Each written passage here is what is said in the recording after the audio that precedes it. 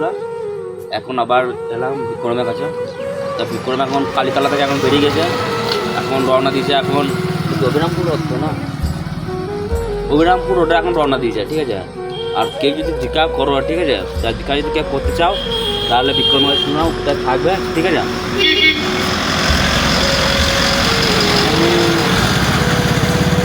আজকে রাত্রে গন্যা দেরিপুরে থাকবো, তো কাল সকালে গন্যা থেকে বেরোবো।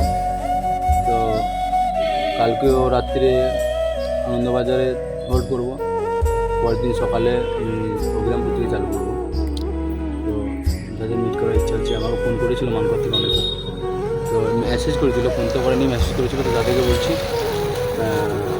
আমি তো একটু শরীর অসুস্থও আছে, তার মধ্যে আমি যাচ্ছি আস্তে আস্তে, তাহলে রাত্রে আমি একটু বেশি যাচ্ছি। তো সবার সাথে দেখা করবো, যারা SMS করছে বা মেসেজ করছে বিক্রমদা কোথায় আছো, তো একটু ধৈর্য ধরো, আমি আসছি একটু তাড়াতাড়ি। আর সবাই কমেন্ট করো হার হার মহাদেব, ও যেন ভালো ব্যবস্থা যেন যেতে পারে, ঠিক আছে। সবার আশীর্বাদ করো।